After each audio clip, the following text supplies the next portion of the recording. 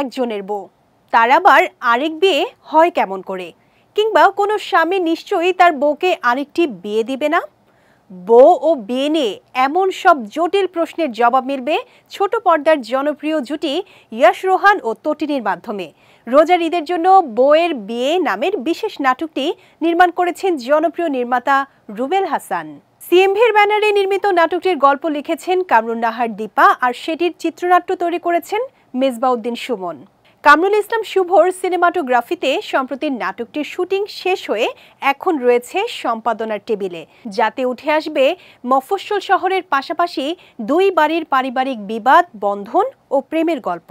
বউয়ের বিয়ে প্রসঙ্গে নির্মাতা রুবেল হাসান বলেন, ঈদের নাটক হিসেবে আমরা মজার একটি প্লট বেছে নিয়েছি, যাকে বলে খাঁটি রোম্যান্টিক কমেডি ফ্যামিলি ড্রামা, যেখানে উঠে আসবে পাশাপাশি বসবাস করা হেনা ও নাজিমদের দুই বাড়ির গল্প, যে দুজন একে অপরের প্রেমে পড়েন, গোপনে বিয়েও করেন। মূলত এরপরই শুরু হয় পারিবারিক মজার জটিলতা।